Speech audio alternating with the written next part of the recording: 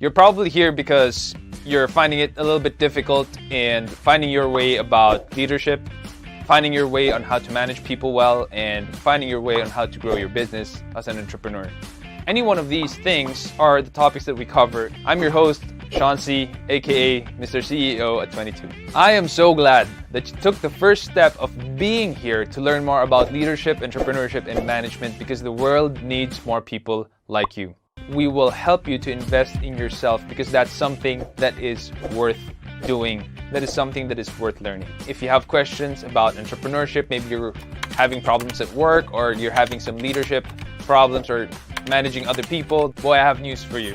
We have what we call a masterclass. Most of the courses in the masterclass deal with how you can generate revenue online. It deals with leadership, how to lead in crisis, how to break through the crisis in business, in entrepreneurship, and how you can manage other people better. Now, I always say the best kind of investment is an investment in yourself. And how much money are we charging for this masterclass? Not a lot. And if you invest in one, it's yours to keep. And if it doesn't, I'll refund you, no questions asked, full refund. So why don't you try it out? Head on over to sean.c/masterclass and check out any one of the courses if it fits any one of the questions in your head. And if you have any questions, you can just put it on the comment section and we'll get in touch with you. We want to know who you are and we want to hear from you. Until then, keep leading.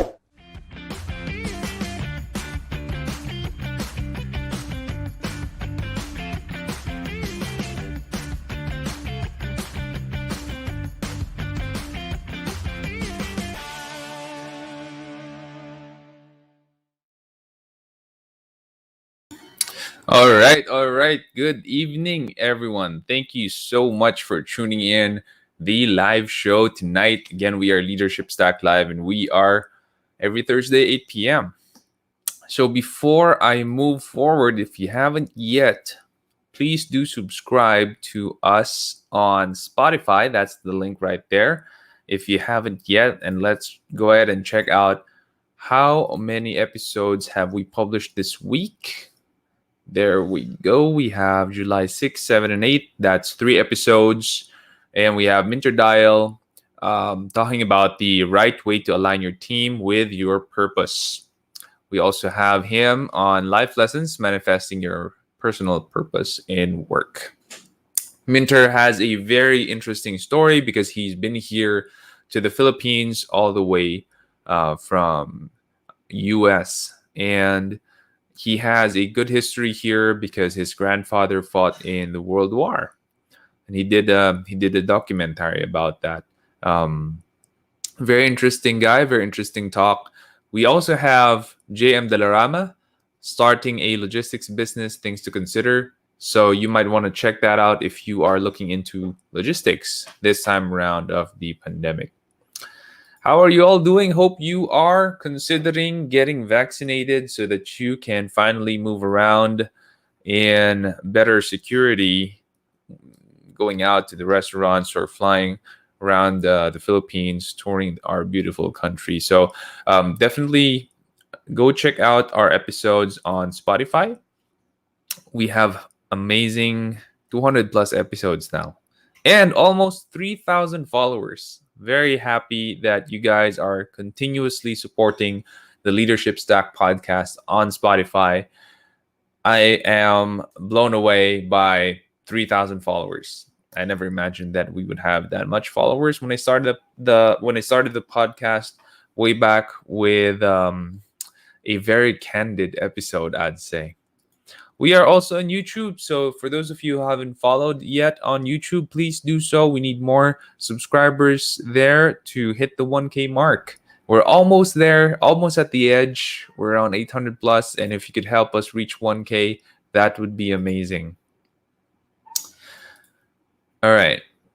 Today, we have a couple of questions on Discord that was left over last week when I had the AMA with Miss Antoinette Aquino. So we're going to go ahead and answer those questions. Good evening, Patrick. Thanks again for being here. Looking forward to another day of learning. I'm happy to be here and answer your questions as well. So Let's start off from one of the questions that I wasn't able to address last week, and that is from Nino on the advertising side of TikTok, which would be better in terms of pricing and impact.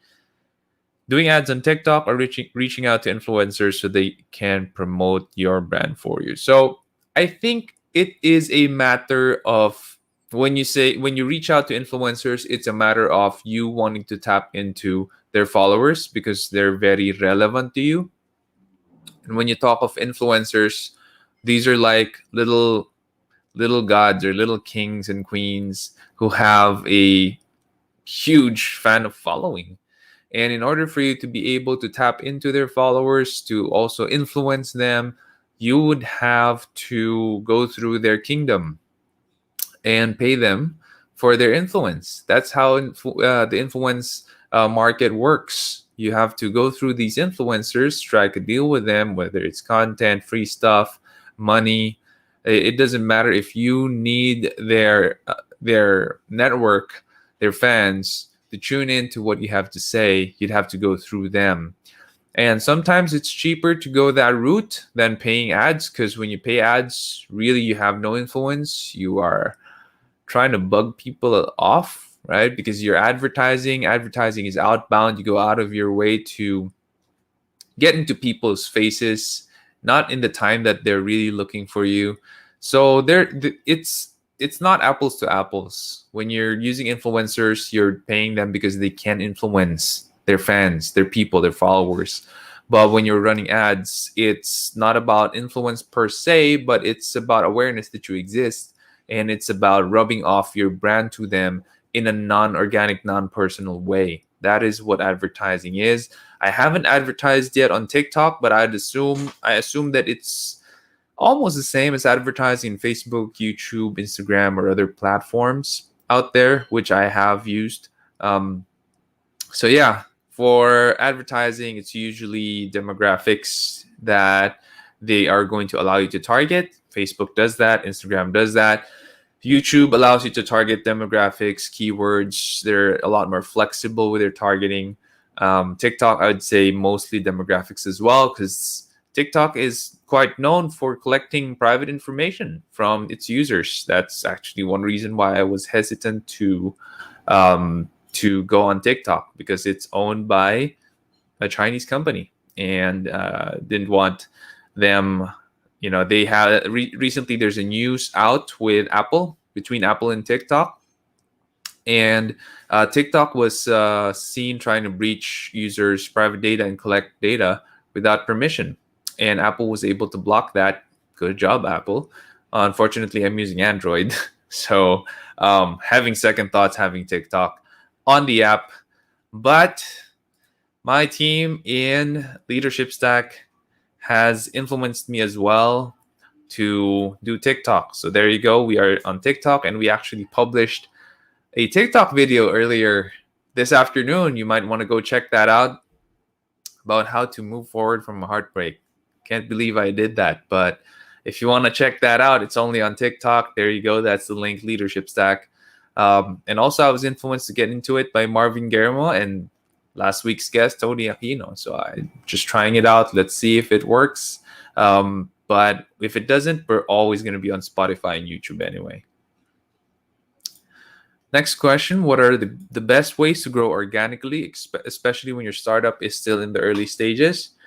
The best way is to actually generate a lot of word of mouth about your business, about your product, about your service, because that's free, and that is very, very effective, in the sense that when you get referred by someone to another person who might want to get your product or service, that is very powerful referral right there. And I know, because my clients who are loyal to SEO Hacker and what we do, and who have reaped the benefits of our work, have been referring us left and right. And I'm so pleased and happy whenever I am personally tagged in Facebook groups, whenever there are people looking for SEO.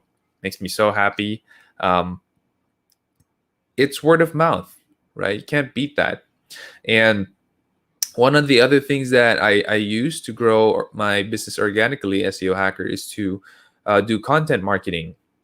And I was writing, so it was free for me. That was organic free growth for me. when I was blogging about SEO, everything I was learning, I made sure that people could subscribe and tune in whenever I have news about the SEO industry or new strategies out there about the SEO industry. And we still blog about new strategies and updated strategies. We were able to publish earlier about SEO copywriting. By the way, for those of you who are subscribed to the SEO Hacker newsletter, sorry for the double send. The first send was completely broken, and we were testing things out. And I'm really sorry about that, but we were able to fix it. And now, if you want to go ahead and read the SEO copywriting article, how to do SEO copywriting right, then just go ahead and tune in SEO-hacker.com. You'll be able to find it. So yeah, definitely content marketing. Write the content yourself. If you're a thought leader like myself during the early days of SEO Hacker, that is one big way for us to do it. And word of mouth marketing is generated when you have a word of mouth marketing strategy. And for SEO Hacker, we follow the purple cow principle, which is make your product or service so good, so great, go the extra mile that people can't help but talk about you. That is the strategy I used for SEO Hacker, and it worked mighty well. Next question, would it be advisable to start a couple of businesses at the same time to somehow find your own niche so you can capitalize on it and disregard or stop the outperformed ones? Personally, I would not encourage this because starting a business is very hard. It is very hard. I know that it is downplayed by a lot of people out there, maybe thought leaders as well, but it is very hard. That's what I can tell you. And this is why a lot of people, especially new people who are trying to start their business, they fail. 9 out of 10 businesses fail. That's a 90% failure chance. And the reason behind that is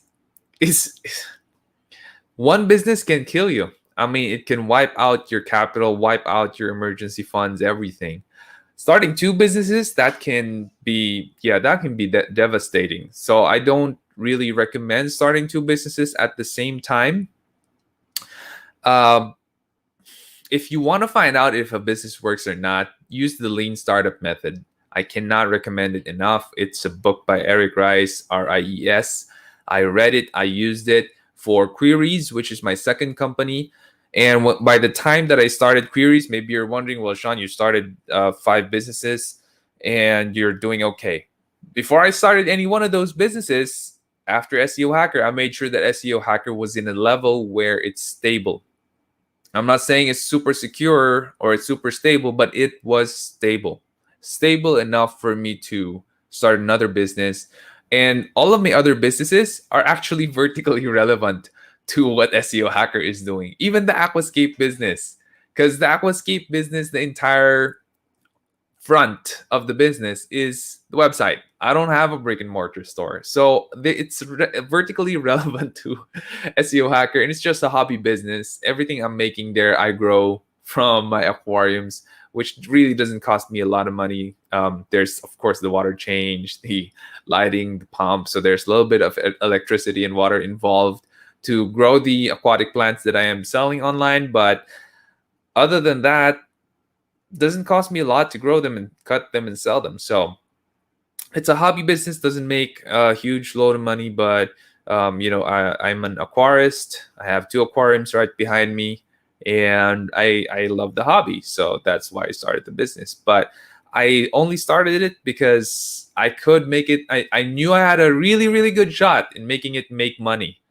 I knew it from the beginning because I was looking for websites that actually rank really well in selling aquatic plants and livestock, and there was nothing.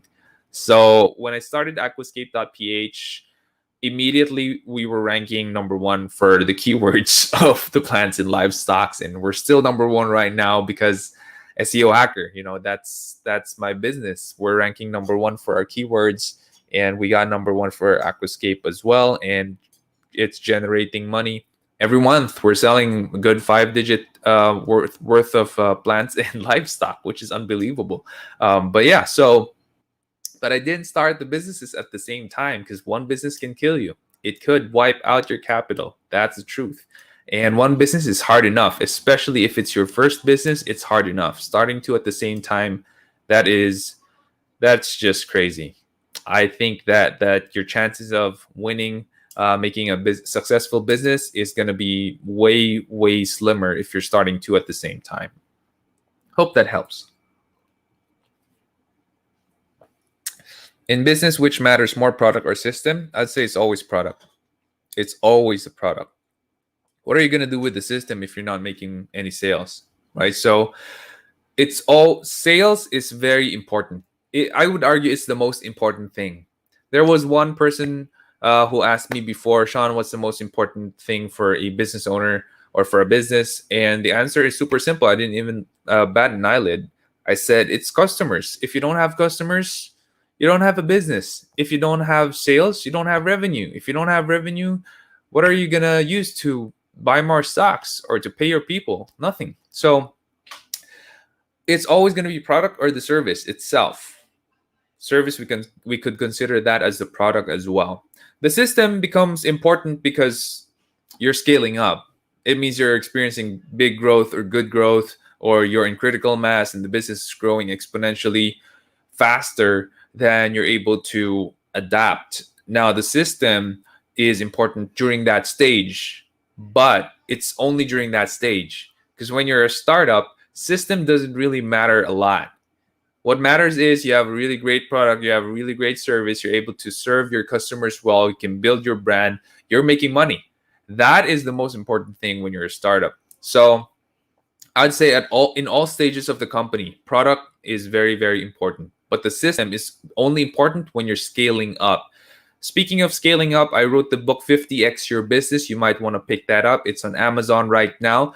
And our systems are all there: hiring processes, culture, everything. I wrote it down. If you want a cheat sheet on how to build your system, get that book, 50x Your Business. It is out already. Are you familiar with the BI triangle? I'm not. I'm so sorry. So I would have to skip this, or maybe I am. Let me just take a quick peek. Maybe I am, but I am not 100% sure. Taking an idea, creating an asset represents the knowledge required B side of cash flow. Huh. BI triangle. Okay. I'm still on Google search results page. So I'm going to click on one result right now. Hopefully that gives me good insight on it. Is there a chart? I'm looking for a chart right now because this is a triangle. It should have a chart, right? There you go. Team leadership mission. All right. Team leadership mission. Huh. Cash flow, communication systems, legal product. Looks pretty solid to me. Yeah, it looks pretty solid to me. I think this kind of framework makes a lot of sense. And the entire triangle should be pointing to the vision, right? I think that's what should happen. So the team is very important because if you want to go fast, go alone. If you want to go long, go together, right? That's an old Kenyan saying about how to survive in the wilderness. If you want to go fast, go alone. If you want to go far, go together. So team is very important. How you can keep the team together going in one direction, that's leadership. And leadership is critical if you want to grow a company long term. You want to play the long game. Leadership is extremely important. Even when you're going to get investors, they're going to be looking at your leadership team. The mission is important in the sense that you're going to keep coming back to it. Whenever there's critical decisions to be made, whenever there's big problems that you have to solve as the leader, as a founder, then you go back to the mission. Whenever someone is acting up, not really performing well, then you go back to the mission and you tell them, hey, here's the mission. How much are you contributing to it? Are you being part of the problem or are you being part of the solution? Right. So I'm not extremely familiar with this, but looks like a pretty solid framework to me. For America, is it better to rank on Google organically or through ads? I'd say always organically, because here's the thing that I ask people: do you click on Google ads? I mean, 2000 It's 2021. Do you click on Google Ads? We have a lot of millennials. I'd argue the purchasers today are millennials for most companies. Procurement people are mostly millennials today for most companies. And I could bet that they don't click on Google Ads results. And if they do, it's probably only 20% of the time. 80% of the time, they're probably clicking on Google organic search results. So, with that kind of statistic, I'd say it's always better to rank organically. Now, maybe you're wondering, well, Sean, you're running ads on Google as well. Yes, I am. Why am I running them? Here's the answer. On the first page of Google, you only get 10 spots. Even if SEO Hacker is already ranking at the top, it still helps if you have another spot on the ads list. And there's usually 4 ads, right, at the top most. If I have one spot there and I'm ranking number 1 organically, that's 2 listings on the first page of Google, which is very, very good for a company like mine, which is we try to stand out and we try to be consistent with our branding in SEO Hacker. That is what we do. So it's really good to use both, but if you're going to have to choose one, I'd always say it's going to be the organic search results. What are your tips to find the best keywords for your business? Dig deep in your mind. That's the best way to do it, because as the founder or as the entrepreneur, what keywords people are using in their heads to look for you. That's the best way to go about it. And then you have to cross-check that with the data. You could use SEMrush for this. I use SEMrush. They're an affiliate partner of ours. And SEMrush would tell you how much search volume a certain keyword gets every month in a certain country. And that helps a lot. So you cross-check that with keyword volume per month, per country, or per search engine. And there you go. You got your keyword data. Now it's up to you to decide which keyword in specific you're going to want to use to start your SEO campaign.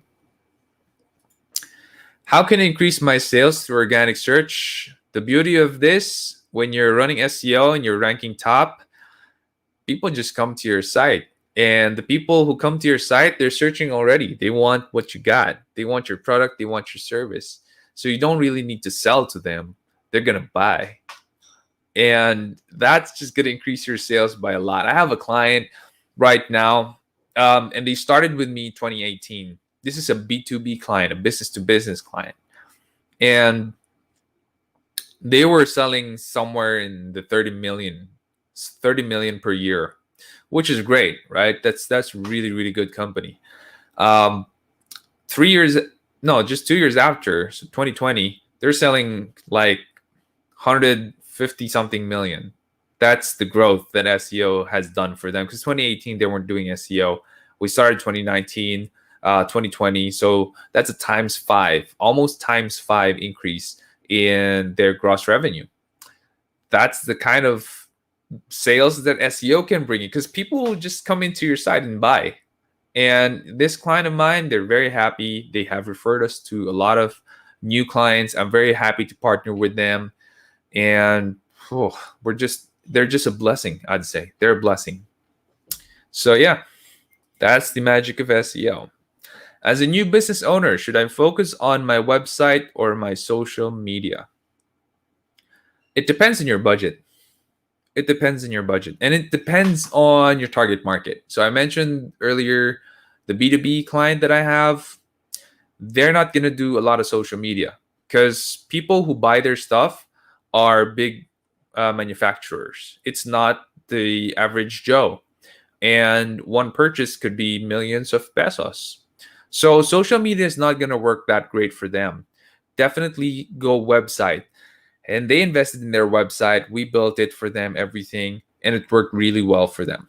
But if you're, for example, a restaurant, I wouldn't say that a website would be your go-to. Maybe social media would be better for you, because when people see food in their news feed, sometimes makes them hungry, stirs their appetite, maybe they'll buy there. So it would depend on the kind of business you have, plus what stage of business you're in. Are you a startup? If you don't have a budget for a website and SEO, then definitely go social media. So, but if you could afford a website, definitely go for a website, because if Facebook someday would just decide to turn off your Facebook page, that's going to hurt a lot. And it has happened for a couple of my clients where they would post something. The pandemic is very strict. When you post something about the pandemic, about COVID, or about PPEs, Facebook can just slap your wrist and take you out, and or ban or suspend your account for a while. So that is a concern. That's why I would always say you should always have a website. How can I make my product page more inviting? Make sure you have really good photos. That's what I'd say. If you don't have a good design, don't have good photos on your product page, then people will be turned off and head out of your website. So that the photos you take, the videos you take are very, very important. That's content. People want to see what you have to offer in a very good light. I mean, whenever you go to a certain store that you love, you check out the ambience. They really focus their lighting on their products or their service.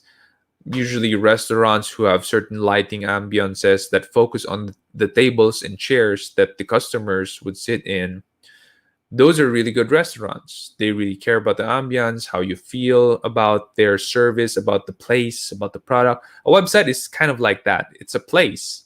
It's a place that people go to. And if the ambience is not that great, they're going to feel like they're not that welcome there. And how you make the ambience better is through web design. Really good, really intuitive web design, easy to use, and really good photos and videos in the website. If you don't invest in really good photos and videos, your ambience is not that great. People feel like they're not really that welcome there. You don't take care of your website. How can you take care of them? So that is the reason why SEO Hacker, we are critical about these things, where we make sure that the web design of our clients is super nice, super easy to use. And it's not just about the rankings for us, it's the overall experience of what our clients, potential visitors, would say and think and feel. So we go the extra mile that way, thinking about the entire journey of the users, of the clients who partner with us. So yeah, definitely that's how we do it. That's how I think you should do it as well. Hope that helps. How can I make more enticing copy on my social media accounts? So social media, a lot of people forget social media is not about selling stuff. Social media is about connections. That's it. At the get-go, and I was there when Facebook was starting. I was one of the people who hopped in. I was one of the people who ran ads for the very first time when Sheryl Sandberg finally released the ability to run ads on Facebook. I was there when it was full of Facebook games. I was there. So I've seen the growth of social media, and it didn't grow because it was a great place to sell stuff. Social media grew because it's a great way to connect with people. How you share your ideas, how you share memories, how you are able to consume other people's memories and ideas and thoughts. It's about connections. So copies on social media that are meant for you to connect with other people, those are the copies that would do really well. So when you say enticing copy, it's not copy that should sell. It's copy that should connect to your target users. That is pretty much the only way you can do it to make it enticing, quote unquote. Any advice when writing metadata? Metadata is all about being found in the search results, and your listing would have the metadata, the title tag, the meta description, and that's it. My advice when writing metadata is making sure that you get clicked. That's it. Making sure you get clicked, which means that your metadata spoke to the target user. Made sure that when I say spoke to the target user, it spoke their language. It was saying what they wanted to hear. It was saying what they wanted to find. When you're not saying things that people want to find, they will not look at you. They will not click at you. They will not listen. When your metadata speaks what they want to hear, then they'll click on your search engine listing. Then that's metadata that is well written, that is good, and that is recommended. How can link building help my website? Well, link building it's an integral part of SEO. You have to build links, or you can earn links from other websites because you're doing something spectacular, something different, or you're a thought leader, you're an authority in that field. And link building helps you by ranking better that way. It is like a vote of recommendation from another website to your website, much like how I would recommend a good dentist to you if you're having a toothache. And I do have a dental client in SEO, and I'd refer you to them, right? It might not be because you know who my dentist is, but I referred them to you because I know who they are and you trust me. That's the power of referral. That's also the power of links online. So links help a lot. Hi, Vian. Good evening. Thanks again for tuning in from YouTube. Really appreciate you being here, and hope that the show has brought value to you thus far. We are 31 minutes in, and I am loving the questions. Daming tanong. If you guys have questions, pwede nyo pang ipahabol. Just go ahead and ask them in the Discord channel, which is the scrolling text right there, down there from dashan.c/Discord. We have the Ask Anything Questions broadcast channel there where you can post your questions, and I'll get to answering them tonight. All right, next question. What would you say are the most important factors to making a successful website? Most important factors would be, first thing that I look at, because I'm an SEO guy, would be, is the code SEO friendly? If the code is not SEO friendly, you're building it wrong. And it's much like how an architect, an engineer would build your house, where if the materials used, the cement is cheap, the wood is cheap, the steel is too thin for the support, the paint is cheap, so it chips off easy when rain and heat comes. It's like that when you're building a website. You have to make sure that the coding is done right and done well. If it's not, you're going to have a website that's flimsy, and it's not going to rank and not going to be able to compete well on the search rankings. And search rankings is very, very important. Majority of your traffic should come from search traffic, because those are people already looking for your product and service. So I'd say one of the most important factors would be the code. Second would be the site speed, which is also, code has a lot to do with site speed as well. Did you code it right? Are you using a CDN? Are you using caching, gzip? All of these things that increase the site speed is very important. A lot of it has to do with code server, or serving the content from specific points or areas in the world, or servers in the world. There's just so many. There's so many. Site security is also very important, making sure your website is secure. You don't have malware inside. You have SSL or HTTPS. Oh my gosh. UI, UX. There's so many things that are very, very important factors to making a successful website. And I could go on and explain it here and be technical about it, but I would rather not. You could do your homework. There's over 200 publicly known factors for ranking in Google. Following those things would make for a really good website already. So I hope that helps. Again, that's 200 publicly known ranking factors by Google. You could go look for it online and you'll find it.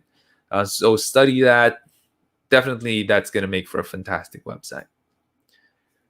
From Vian, how do I go all in with what I've started? When you go all in, that means you're sure. You're doubling down on what you have. That means, for example, with me, that's when I resigned from HP and finally just went full-time doing SEO hacker. Because I was so sure that SEO was going to be big, because I was an avid user of Google before. I keep searching. I'm a very curious guy. How I learn stuff is by searching for it in Google and learning it on my own. That's how I learned SEO on my own. That's how I experimented on the ranking factors. That's how I put up my first blog. That's how I learned to do certain kinds of coding. That's how I learned to edit some plugins and so on. And curiosity. Google serves curiosity. Google serves desire. How can it go wrong? How can it not grow. So I doubled down on SEO because I saw how powerful Google is. In fact, today there are people asking Google, where can I find God? How do I get a love life? Stuff that you usually ask your parents or a close friend, you know. So, given that thought, which is not that, when you think about it, it's pretty sad that people are asking Google that. But that shows you how powerful Google is. And that showed me how powerful SEO can be. And so during 2009, 2010, no one knew what SEO was, but I was doubling down on it. I quit my job, which was my only job. And I was very fortunate to have that job because I failed 28 units in college. I didn't know why they hired me, but they did. They took a risk with me and I quit. You know how bad that feels. But I doubled down on SEO and I knew this is the way to go. And looking back, it's now 2021. That was like over 10 years ago. I would say it's one of the best things I've ever decided on and I've ever doubled down on. And building the brand SEO Hacker up to this point, this, I believe, is the time for me to finally see how the seeds I planted is growing. Because now I could see how many people are just saying SEO. If you need SEO Hacker. And I don't even know some of these people, but they keep referring SEO Hacker to people who are looking for SEO, which is great. And I love them. And I'm going to be forever grateful to these people referring SEO Hacker to all of these clients that also I don't know. But that's the power of word of mouth. That's the power of doubling down on what you believe in. That's the power of branding. Invest in good branding. Make sure you do business ethically with integrity. You take care of your clients. Go extra mile for them. They'll love you. They will share who you are to the rest of the world who need your stuff as well. Who do you follow on Twitter, email, newsletters for SEO updates? Search Engine Land, SEO Roundtable, Barry Schwartz, Rand Fishkin's ideas sometimes are still really good, but right now he's just knee deep in Spark.io, which is a social media tool now that he's founded. I also followed, I have a lot of people I follow on Twitter. Definitely SEO by the Sea. You could also follow, that's for Google Patents. SEO by the Sea might get a little bit technical there, but SEO is technical. Google is technical. So if you want to learn their patents, how they're applying for patents that protect their technology, it's SEO by the Sea. You also have, there's a lot. There's a huge number of stuff you can follow. Definitely Google's blog. You can check that out once in a while. That's also important. So those are some. Cyrus Shepard as well. Dr. Peters, good to follow as well. There's so many. There's just so many. Yeah, I could go on and on. I've read, followed, and heeded the advice of a lot of people on social media and blogs, and I hope that helps. What do SEO agencies exactly do? I've mentioned this time and again, and I believe I coined the elevator pitch of SEO is basically manipulating search results. I know that a lot of SEO people copy that now, but I believe I was the first one to say that. SEO is basically just manipulating search results. That's it. So SEO agencies, what we do is we manipulate search results for companies out there. What is your SEO process on a daily or weekly basis? To give you a big picture perspective, we're doing a SEO from an ethical, purely ethical, content-based standpoint. Now, other SEO agencies and companies out there, they do things very differently. But we want to play it ethical because integrity is one of our core values, permission to play core values. So going all ethical, which is AKA white hat SEO in the industry, that is the way we're doing SEO. I couldn't say the same for a lot of other companies out there, but that's how we do it. So when you're content based, that means you produce a lot of, when you're ethical, when you're doing white hat SEO, which is purely ethical SEO, there's a lot of content that you need to push out. You're going to be content centric for the most part. So you have to have really good content that you're pushing out there. Most of these are written content for our clients. We also make sure that we are able to earn links from other sources by publishing content that is really useful in their industry, that other companies or other influencers, other websites in their industry can't help but use our stuff as resource, and they link back to us.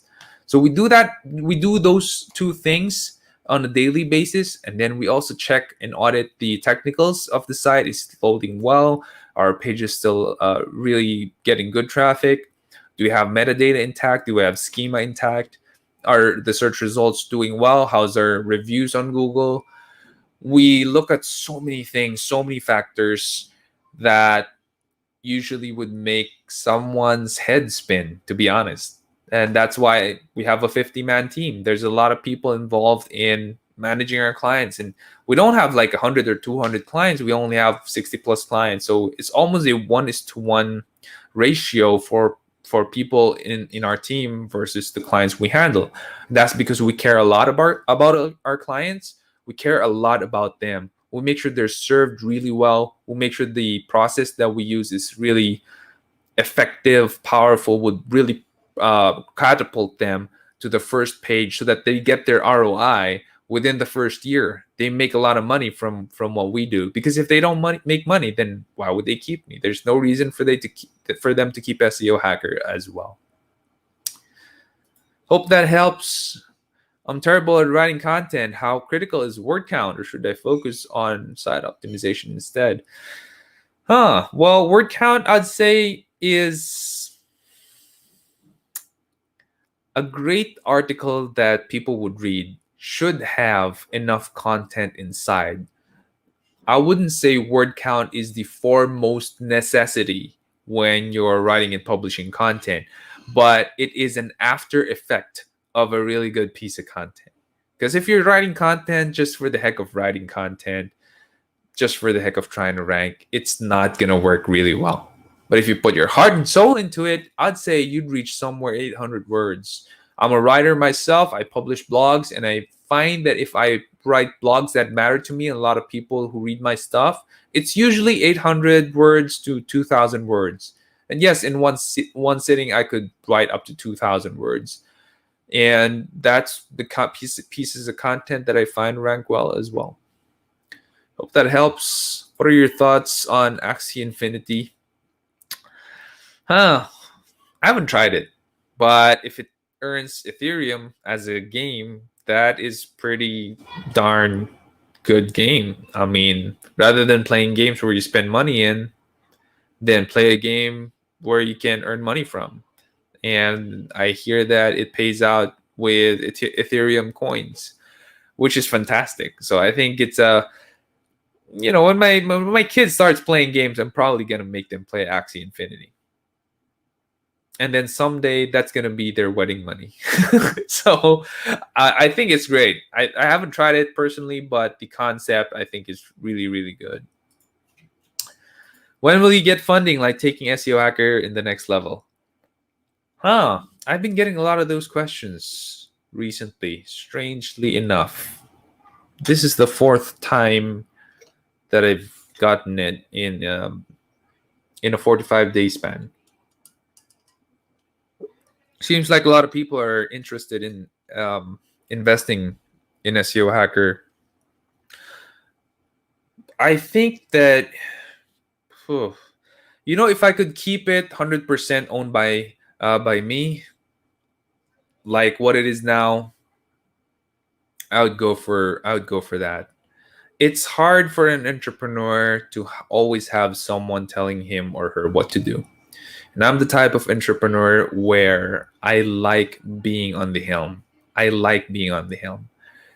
So it is hard for me to tell you when I will get funding. Because honestly, right now, SEO Hacker does not need funding. We don't need funding. we need to invest as well. That's what we need. Because when you're in the services industry, you usually cannot just buy more stock and sell it for a higher price, like when you're in the merchandising industry. The merchandising or trading industry, like the retail industry, they buy stuff, they sell it in the malls or online, whatever. And what they use with the money when they sell stuff, what they do with that money is they buy more of those stuffs that they think they can sell. So the money just circulates. The difference between that and a service company like SEO Hacker is we don't have stocks to buy. So the money does not circulate in that way with SEO Hacker. So the as the CEO and founder, we have this stockpile of cash, and we do need to invest it somewhere, because just leaving it in the bank is not the wisest thing to do. It is not the best thing for me as the CEO and founder to do. So if I do need to get funding, it would be for a huge reason. It should be for a huge reason, because SEO Hacker right now, yeah, it should be for a very big reason. I don't think we need funding, um, and I don't believe that we would need funding for the next years, unless we want to buy out a competitor who is also selling.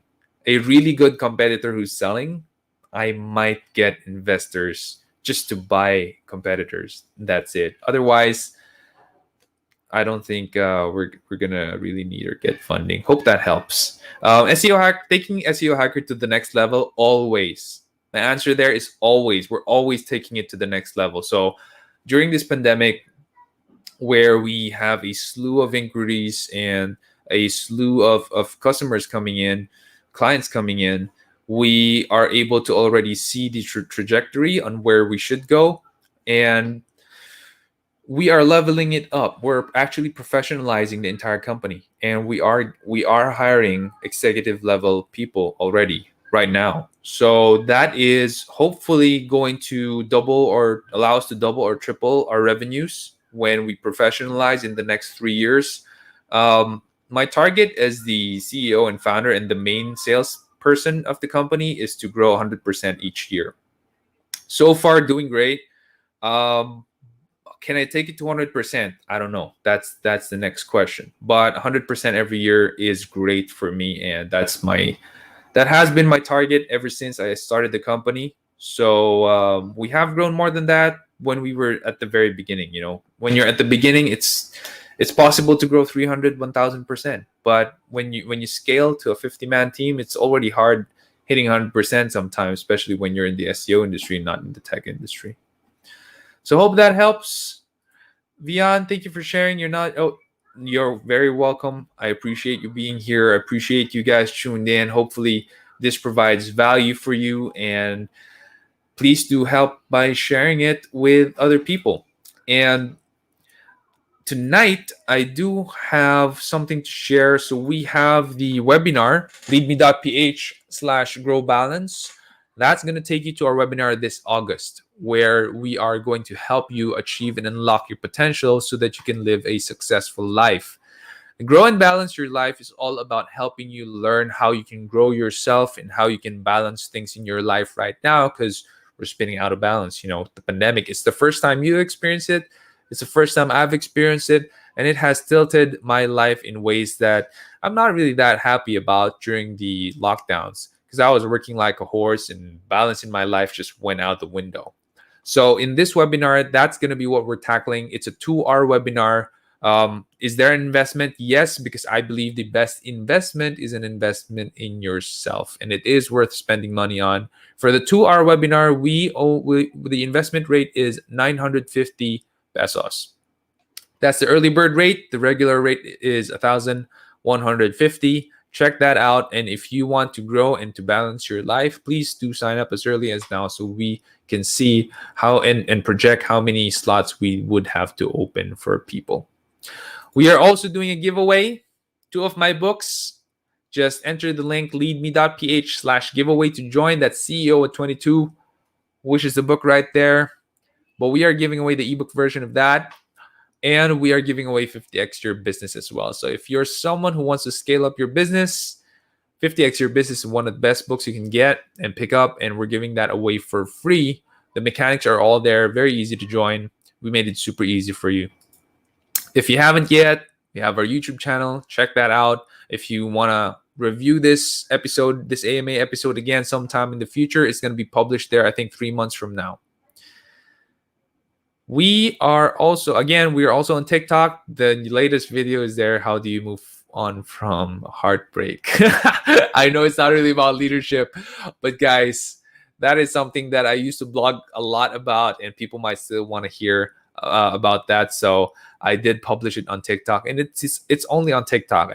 We didn't publish that anywhere else. So if you want to check that out, please subscribe, follow us on TikTok as well. That will be the last question that I have. And I hope that this has brought value to you guys. We're ending a little bit earlier tonight, 10 minutes early. Again, we are always on 8 p.m. Thursday nights.